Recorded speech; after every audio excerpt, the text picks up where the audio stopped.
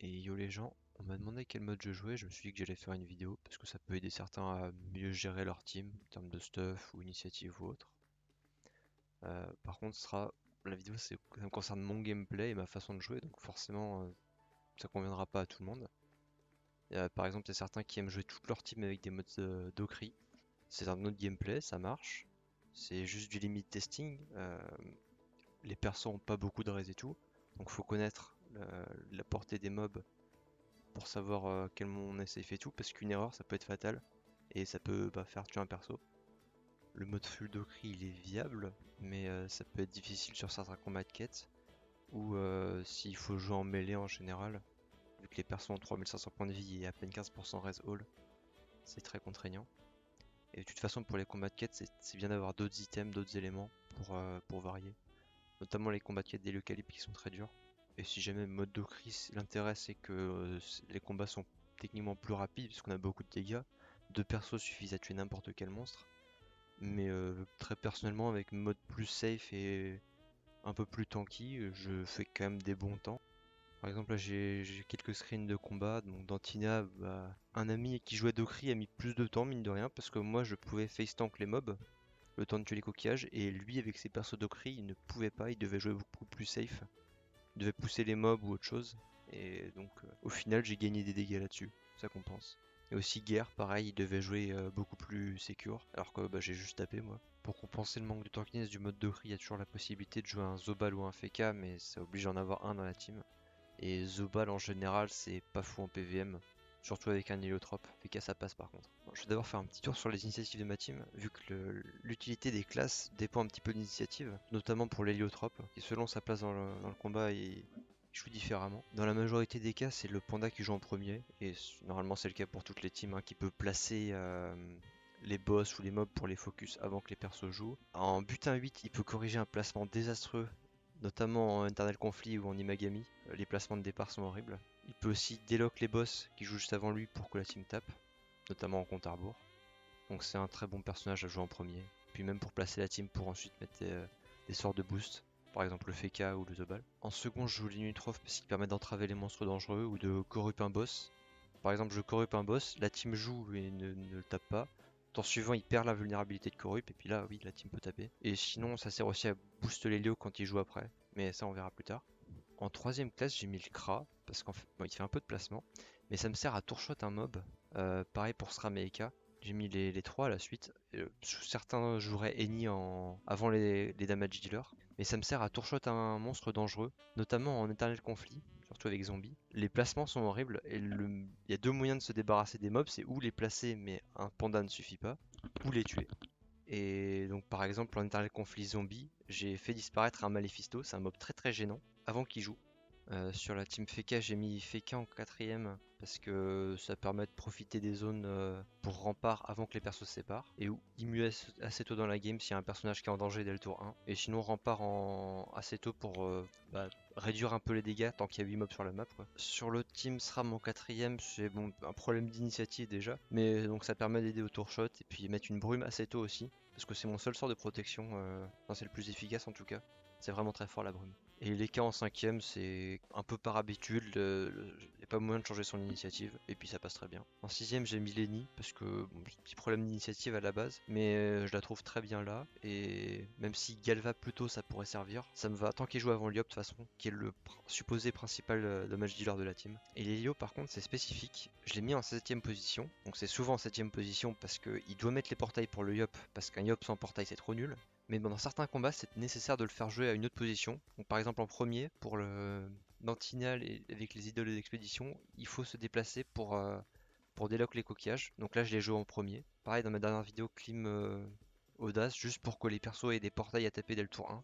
Parce qu'il n'y a absolument aucun risque à poser des portails à ce niveau-là. Parfois, il joue juste après le panda, donc dans les maps distance par exemple. Le panda le bouge un petit peu. Bon, à l'époque, on pouvait dans le Culelio. Pour qu'il aille portail à côté de la team et à l'autre bout de la map. Et sinon, notamment en Imagami, là je le mets juste après les nus, pour que les nus puissent boîte à outils ou accélération si besoin.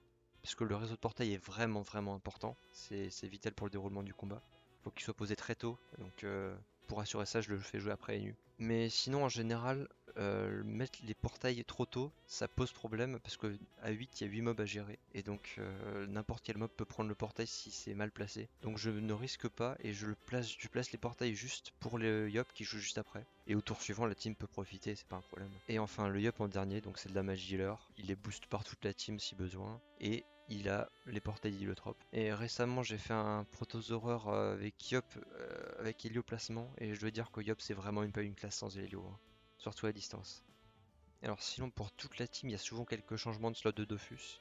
Notamment le Dorigami Tacheté. Je mets Tacheté sur Enu et Panda et Dorigami sur le reste. C'est un très très bon combo de Dofus. Sinon, éventuellement, je mets un veilleur, mais c'est quand il y a vraiment besoin de tanker, vu que j'ai pas de classe protection de toute façon. C'est un très bon Dofus en team. Et de plus, j'aime pas les idoles distance, donc je joue toujours en mêlée quand je joue en idole. Donc chacun de mes persos a un mode qui permet de taper en mêlée. Donc maintenant, je vais présenter les modes par ordre d'initiative. Donc d'abord le panda. Donc ça, c'est mon mode combat de base. Il y a des bonnes stats, il y a l'initiative et des bonnes res à peu près, donc sans y voir. Quand j'ai besoin de tank, je mets un mode tank, hein, mais en général, je mets celui-là. Mode tank, c'est pas nécessaire quand on connaît le jeu et qu'on connaît la portée des mobs, quoi. Sauf dans certains donjons, notamment Cabal ou Conflit, effectivement, là, à 8, on joue mode tank. Donc là, j'ai du double Anéris et ça, quoi. Parfois, un forge lave à la place du 2 coco, par exemple. Surtout quand il y a des insoignables, mais c'est très rare. Et j'ai pas d'overtacle, hein, je me débrouille avec 152 tacles, c'est très bien. J'ai un mode haut, un peu plus PVM, lui il fait pas de résistance, enfin un peu moins. J'ai mis des over pour sans dommage sur les items à l'arrache, hein. J'ai bourré, j'ai pas mis la sagesse et tout. Mais j'ai gardé la prospection, ça c'est cool. Surtout en vue du nerf idle. Et bon sinon j'ai des modes, des vieux modes terre. Mais bon, on prend le mode terre de n'importe quel yop et puis ça compense pour le mode bistouille. Ça passe très bien pour les combats de quête. Mais donc dans l'ensemble, deux stuffs sur Panda ça suffit, un mode haut et un mode tank. C'est large assez pour finir le jeu. Et si besoin, on prend les stuffs des autres persos. Donc par exemple, le stuff R de l'Helio, je l'ai pris pour le baf dur. Et stuff Terre de Yop pour certains autres combats pour spam bistouille. Et donc le Panda, si j'ai besoin de taper en mêlée, donc j'ai ou un mode bistouille, ou juste le mode haut, je mets un bouclier Lisael. Et ça suffit.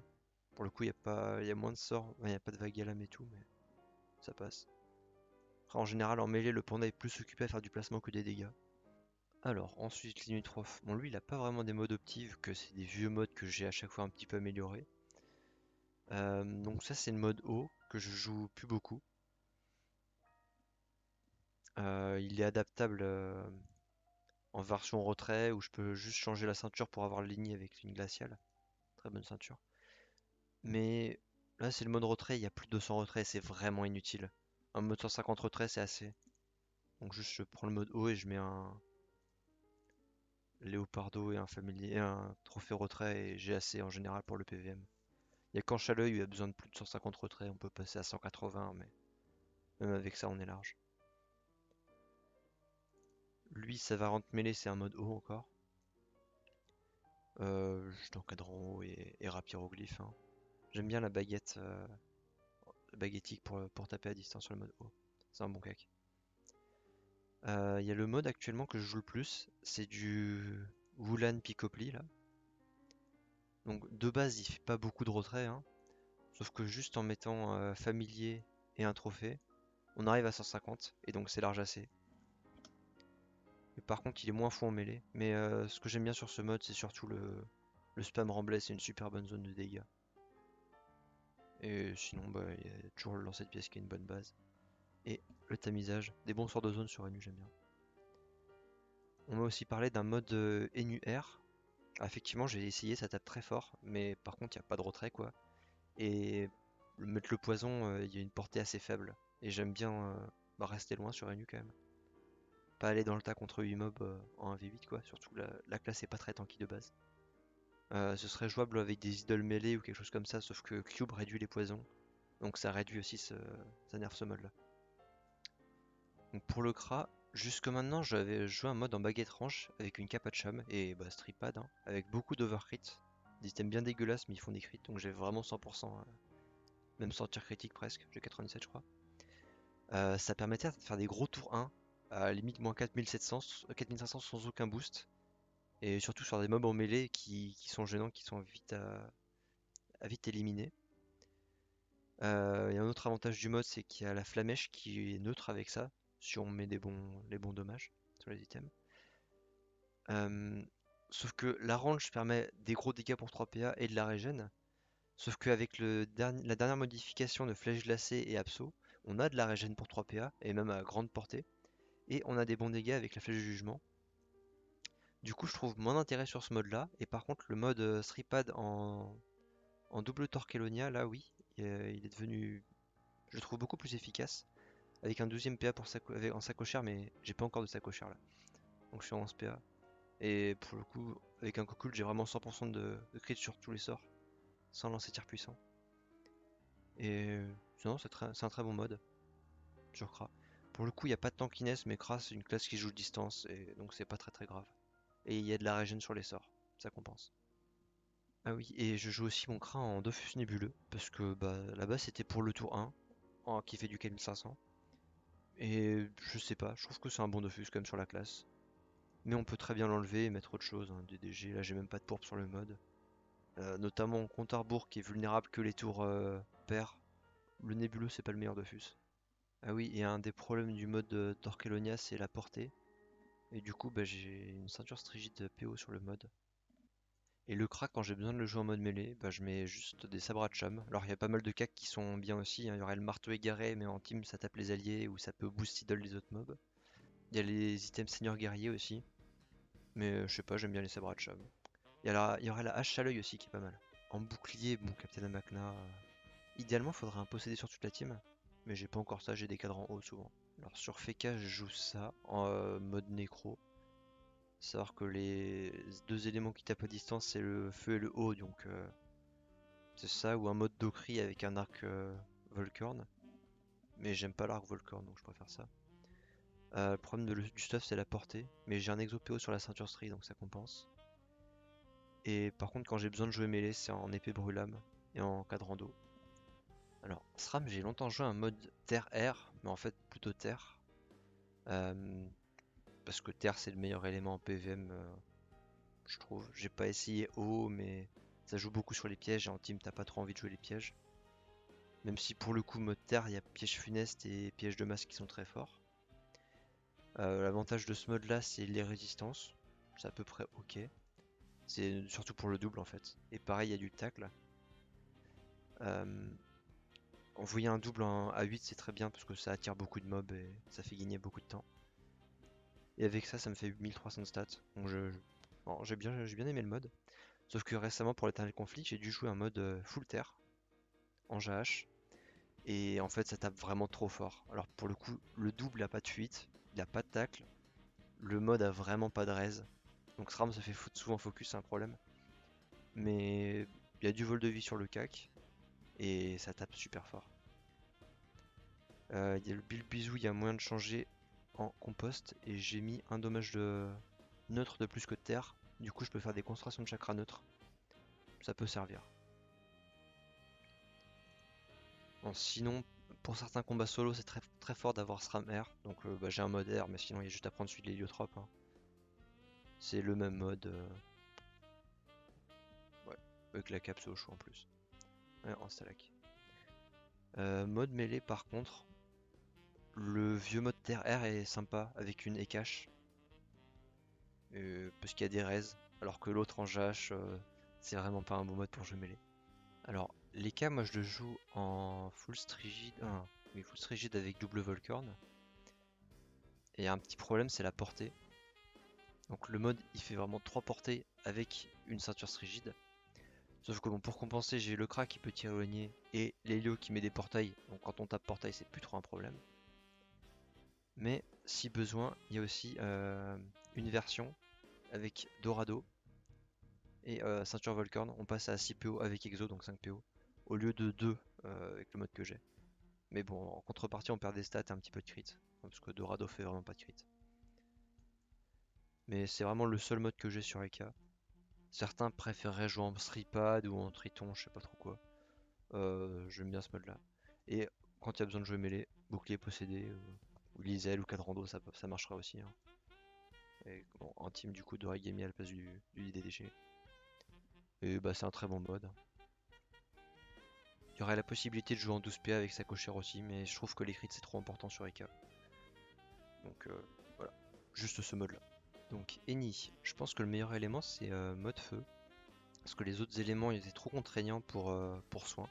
Alors le mode Docrit passe, sauf que Lenny manque de tankiness et ça a du mal à soin comme classe. Et pour soigner la team avec un mode Docrit, faut juste taper R ou O, un truc comme ça. Et ça demande d'avoir un mob à taper à proximité. Donc pour être bien placé par rapport aux alliés, que le monstre a assez de points de vie et tout.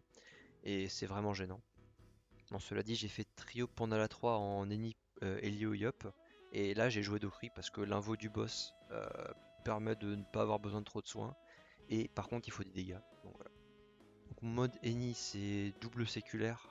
En Cap Diondin Pato pour les PA. Sauf que si besoin, on peut sorler de guerre et Ocre parce que les proc Ocre c'est vachement cool. Si l'Eni se fait pas taper, c'est rarement gratuit.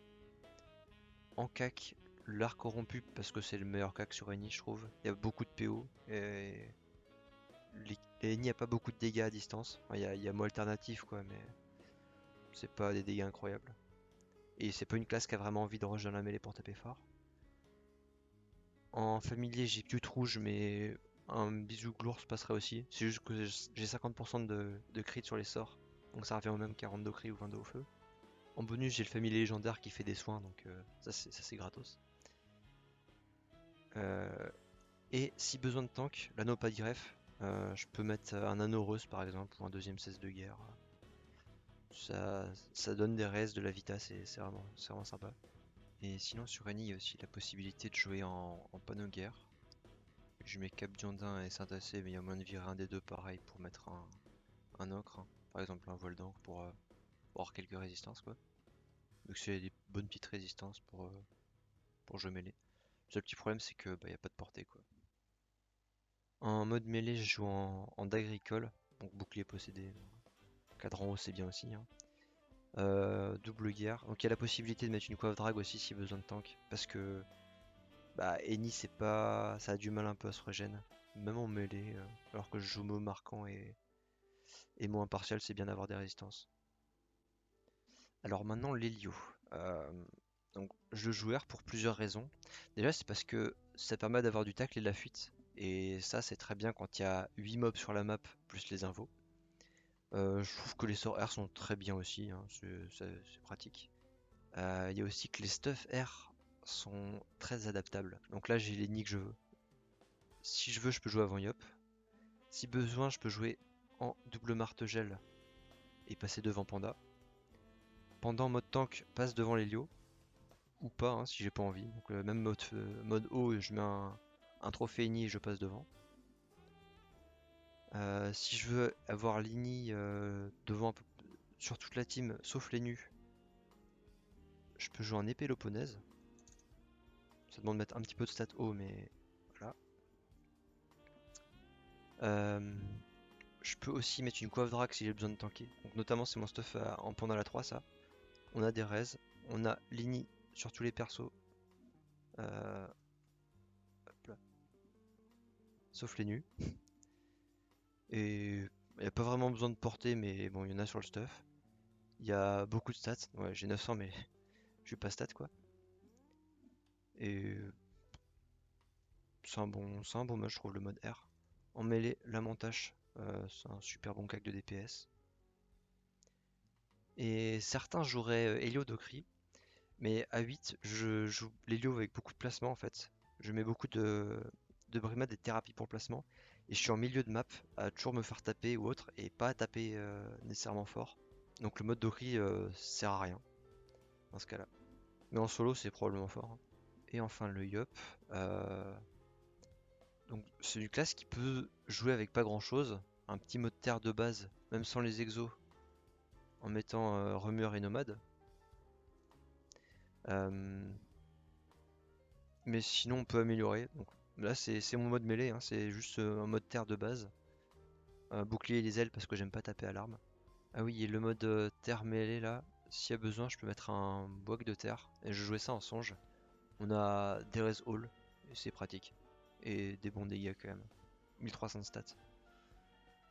Et sinon, bah, j'aime bien jouer avec un mode multi sur Yop. Donc là, je suis en full Strigid et double Torquelonia, avec double Volcorn aussi. Ça me fait ouais, des stats assez correctes, hein. J'ai 1100 de stats force presque. Je suis en sacochère, donc ça me permet d'avoir 12 PA. Et j'aime bien avoir un mode comme ça sur Yop. Ça permet de mettre des épées célestes ou des tumultes, ou même taper haut parfois, ça m'arrive. Très souple. Le problème c'est que Yop demande d'avoir un héliotrope. Genre Yop sans héliotrope c'est nul. Et avec un héliotrope ça devient très très fort. Et dans ce cas-là, mettre des grosses épées célestes portail en étant de basse terre, c'est vraiment bien. Bon voilà, avec ça j'ai fait le tour de mes modes. Donc je parle pas des variantes parce que la vidéo est assez longue comme ça. Puis encore une fois c'est chacun son gameplay et à chacun de lire les variantes et de voir ce qui lui convient de jouer. Le but c'est pas de copier-coller tout bêtement les stuff, hein, faut s'adapter, hein, c'est du PVM. Chaque combat je change des trucs dans mes modes ou mes variantes aussi. Et bah à plus ça passe trop bien.